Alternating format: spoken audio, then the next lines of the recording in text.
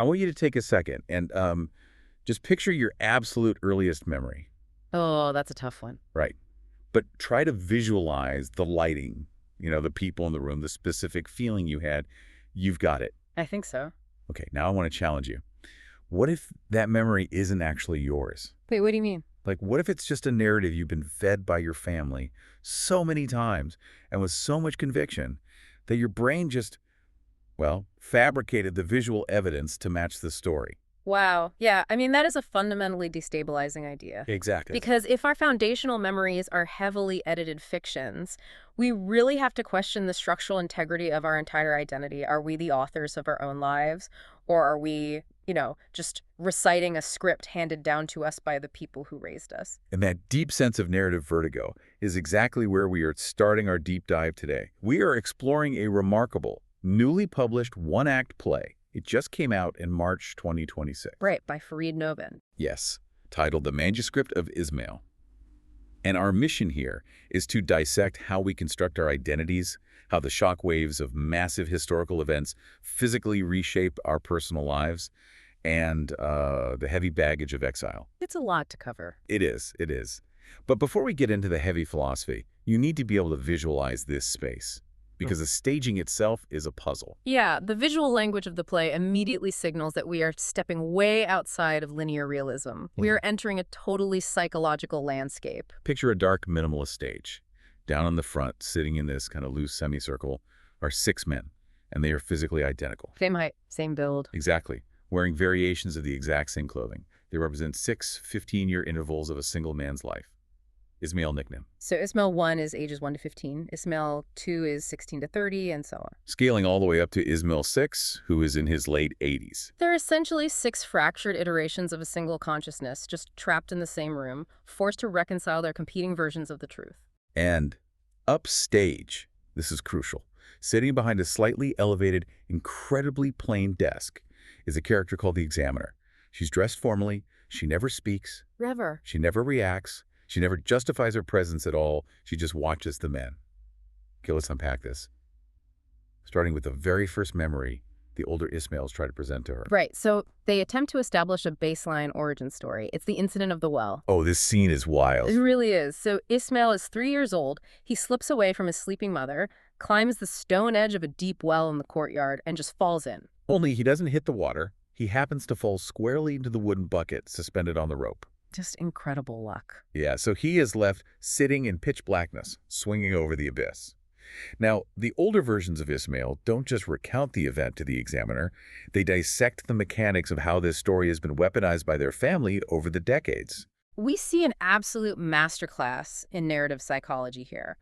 Every family member has claimed ownership of the event. They're engineering the details to serve their own deeply rooted psychological needs. I mean, starting with the mother. Yes, the mother's telling is a frantic near tragedy. She wakes up, finds the boy missing, and is paralyzed by panic. Her version is designed to, validate her chronic, overwhelming anxiety. Right, it's all about her terror. But then the uncle chimes in. Oh, the aunt. Yeah, he pulled the bucket up. So his version is basically an action movie. Exactly. He constantly emphasizes the rough rope, tearing the skin off his hands, pulling the boy up inch by inch. He uses the memory to cement his status as the selfless hero of the family. And the father, interestingly, uses the event for theological vindication. Wait, really? How does he spin that? Well, he had previously been criticized for refusing to build a safety wall around the well. Yeah. So when the boy survives, the father points to the bucket as divine intervention. Oh. Yeah, he edits the memory to prove his negligence was actually supreme faith. God caught the boy. It's like your childhood is just a Wikipedia page, and your relatives constantly log in to edit the narrative. That is a perfect analogy. Right. The mother needs to be the victim of her nerves, the uncle needs to be the savior, the father needs to be the prophet, and the actual lived experience of a 3-year-old just sitting in the dark crying, that gets completely buried in the edit history. It's gone. The older Ismails realize they don't even have access to the original event anymore. They only have the latest revision. The play explicitly states, and this is a great line, memory is not a photograph. It is a manuscript rewritten every time it is read. Wow. And neurologically speaking, this actually aligns with how memory consolidation works. You don't recall a past event, you recall the last time you remembered it. That is terrifying. It is. But what Ismail himself retains isn't a narrative at all. The family built a legend, but the physical body kept the score. Ismail just grew up with this inexplicable physiological dread whenever he stood near the edge of anything deep. Yeah, the body remembers the feeling, even if the facts are gone. And if the family authors the first chapters of our identity, the state inevitably steps in to write the rest. That's the transition the play makes, yes. The play expands outward from the courtyard into the streets, showing how violent historical forces shape our reality long before we have the vocabulary to comprehend them. Yeah. Now, real quick, to be clear on the source material here. Right, important context. The play uses real, highly polarized history, specifically the 1953 coup in Iran against Prime Minister Mossadegh. Yeah. But it isn't trying to make a political statement, and neither are we.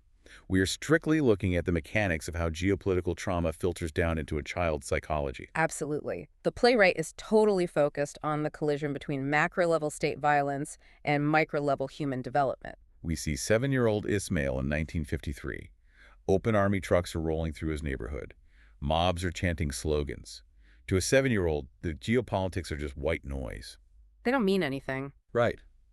What actually wires his brain is the physical sensation of his mother gripping his hand hard enough to bruise him while they walk to the barbershop.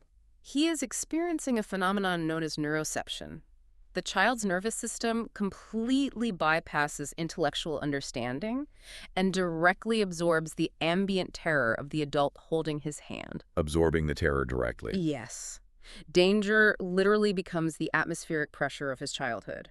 Yet simultaneously, he is insulated from the systemic consequences because his father is a military colonel who benefits from the post-coup power structure. He lives in this bizarre bubble. He gets suspiciously high grades at school. He has an armed, conscripted soldier escorting him to and from class. He just assumes this is the natural physics of the world. As any kid would. But here's where it gets really interesting. The bubble bursts. Ah, the confrontation over the grades. Yes. A poor classmate confronts Ismail in the schoolyard and tells him, point blank, that if his father wasn't a colonel, Ismail would be failing. Brutal honesty. And Ismail reacts the way any privileged kid would. He loses his temper and insults the boy. In response, the poor kid just strikes him across the ear. And a huge escalation. Huge. And the next morning, Ismail's military escort tracks the poor boy down. The soldier doesn't yell. He just quietly tells the boy, "I heard you hit the colonel's son." What's fascinating here is the poor boy's reaction. He doesn't beg for forgiveness. He doesn't try to explain himself. He looks down at his own worn, mismatched shoes. Slowly, he takes them off, leaves them on the dirt road, and walks away barefoot. It gives me chills just thinking about it. Why does this specific moment haunt the older Ismails on stage so deeply? I mean, they return to it obsessively throughout the play. Because it is a quiet, devastating dismantling of Ismail's entire reality. The barefoot walk is an act of radical autonomy within a deterministic system. The boy's basically saying, you control the army, you control the school, you have the monopoly on violence, but you cannot have my dignity. I will strip myself of the absolute bare minimum I possess before I allow you to participate in my humiliation. It forces Ismail to recognize that his life is built entirely on an architecture of injustice. And it shatters him. He realizes his identity as a quote-unquote good, smart boy is actually just a byproduct of state-enforced inequality. So as he enters his teenage years, he tries desperately to build a new identity that isn't tainted by his father's rank. He's trying to purchase his own agency. Exactly. He wants to buy his way out of guilt. Initially, his rebellion takes the form of absolute romantic surrender. He attempts to define himself through how much he can give away to the girls he has crushes on. His prized stamp collections, his colored marbles, he equates moral goodness with self-erasure. And that romantic phase quickly evolves into a political one. An older student introduces him to anti-colonial literature. A total paradigm shift. Suddenly, figures like Patrice Lumumba and Kwame Nkrumah become his prophets. He stops trading marbles and starts trading radical manifestos. He decides that the antidote to his unearned privilege is heavy, European intellect. He arms himself with Sartre, Hegel, Kant. He is attempting to exert control over a world that previously made him feel helpless. If the architecture of society is designed to oppress, he believes philosophy is the blueprint to dismantle it. I have to challenge Ismail's supposed awakening here, though. Okay, let's hear it. I mean, we've all seen people in their early 20s put on an intellectual persona just to seem profound. Is he actually experiencing a radical political shift, or has he just swapped out his childhood marbles for Marxist vocabulary words? Isn't he still just using a currency to try and buy an identity that distances him from his father? That is a really sharp observation. And the older Ismails on stage interrogate that exact hypocrisy. They do. Yeah, they admit that reading Sartre wasn't a rebellion, it was a shield. He was adopting the aesthetic of the proletariat to mask his bourgeois guilt. And this performative identity completely collapses at university. Oh, the dance party scene. Yes. He tries to use his existentialist brooding to impress the wealthy daughters of generals and ministers at social events. And it is a spectacular failure. The older Ismail reflects on it bitterly, noting that ideas cannot rival money. To these girls, a young man agonizing over the meaning of existence isn't a tragic romantic hero. He's just a buzzkill at a dance party. Exactly. Philosophy is a tool for those who need to alter the current reality. Old money has a vested interest in maintaining the current reality. That makes so much sense. They found his intellectualism boring because they didn't need it. It is a harsh lesson in the limits of trying to intellectualize your way out of your social class. Right. And when playing an intellectual role fails to change the physical world eventually forces your hand. In 1972, the state dissolves all political pluralism. The mandate is absolute. Join the single state-run party, the Restuckas, or leave the country. The theoretical debates in cafes abruptly end because people start disappearing. Friends who ask the wrong questions or write subversive poems simply vanish into the state apparatus. One of Ismail's closest friends is actually executed. The illusion that he can quietly exist in the margins is just shattered. When he's ordered to have his identification card stamped with the new party's insignia, 29-year-old Ismail refuses. He packs a suitcase and chooses exile. Which is a massive turning point. Yeah, and this choice sets off a really volatile debate among the older versions of Ismail on stage. They try to analyze the root causes of the 1979 revolution that swept the country years after they left. Right. Ismail 4 argues it stems from British interference after World War I, breaking the constitutional order. And then Ismail 5 counters that Reza Shah's autocracy and the intense centralization of wealth made collapse inevitable. They are desperately trying to intellectualize history again. But the debate abruptly dies. They realize the profound arrogance of their argument. Why arrogant? Because they chose the suitcase. They observed the upheaval of their homeland from thousands of miles away. They confess to the examiner, what right does absence have to narrate what it did not see? Wow. If we connect this to the bigger picture, the play suggests exile isn't just a change of address, it's a permanent psychological amputation. When Ismail left, his internal map of his country stopped updating. So it's frozen in time. Yes, for the next 50 years, his version of his homeland remains perpetually 29 years old. It functions exactly like phantom limb syndrome. The severed connection still aches, it still itches, the brain still sends signals to a part of the identity that no longer physically exists. Exactly. The older Ismails look back at the certainty of their youth, the absolute belief that a clean departure was morally superior to the humiliation of daily compromise. But they realize that certainty was just an incredibly heavy burden.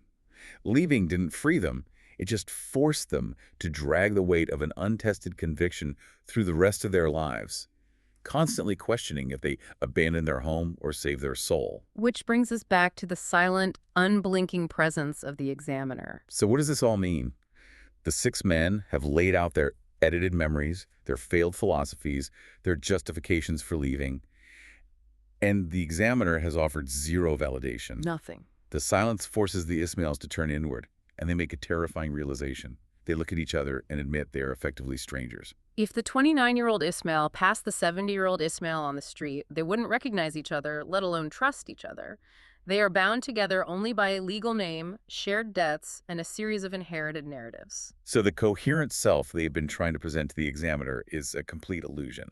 Stripped of their defenses, they stop arguing about history and start sharing what the play terms letters never sent. That part broke my heart. It's devastating. They speak the words they withheld from their parents, from their former spouses, from their children. They realize their deepest, most corrosive regrets aren't their grand ideological failures. Grand failures provide hard data. They teach you the limits of the world.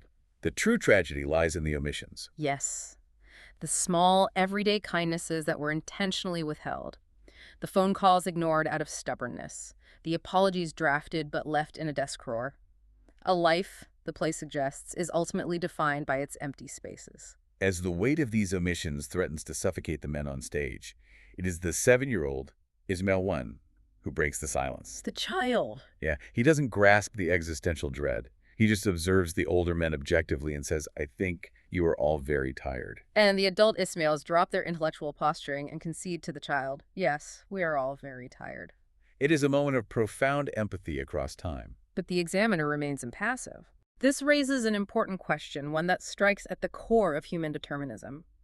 One of the older Ismails looks at her and asks the terrifying question.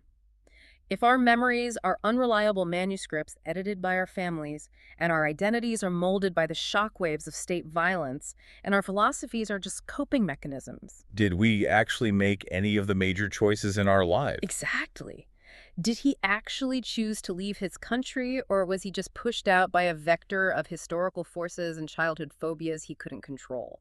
Did he simply invent the concept of free will after the fact, retrofitting a narrative of choice to convince himself he was the author of a life that was actually just happening to him? And the examiner doesn't answer. She just gathers her blank papers, stands up, and walks off the stage without having spoken a single syllable. The judgment they feared, the ultimate authority they wanted to validate their existence, is absent. They are left entirely alone with the stories they've chosen to carry. The narrator steps forward to close the play, noting that dividing our existence into neat, linear phases is just a cognitive comfort blanket. There is no continuous, solid self. A life is simply an unending conversation we are forced to have with the strangers we used to be. The final image is haunting. Ismail 1, the child, says he sometimes feels he is still just sitting in that dark bucket swinging in the well, waiting to see what happens next. It really stays with you. It really does. Farid Novin, the playwright, left a note on his blog about this piece that perfectly frames our takeaway. And I want to pose this to you listening right now. Think back to that foundational memory you pictured at the beginning of this deep dive. Think about the defining story you use to explain who you are. What are the narratives you blindly choose to believe about yourself? And more importantly, what is the narrative you are not yet brave enough to revise?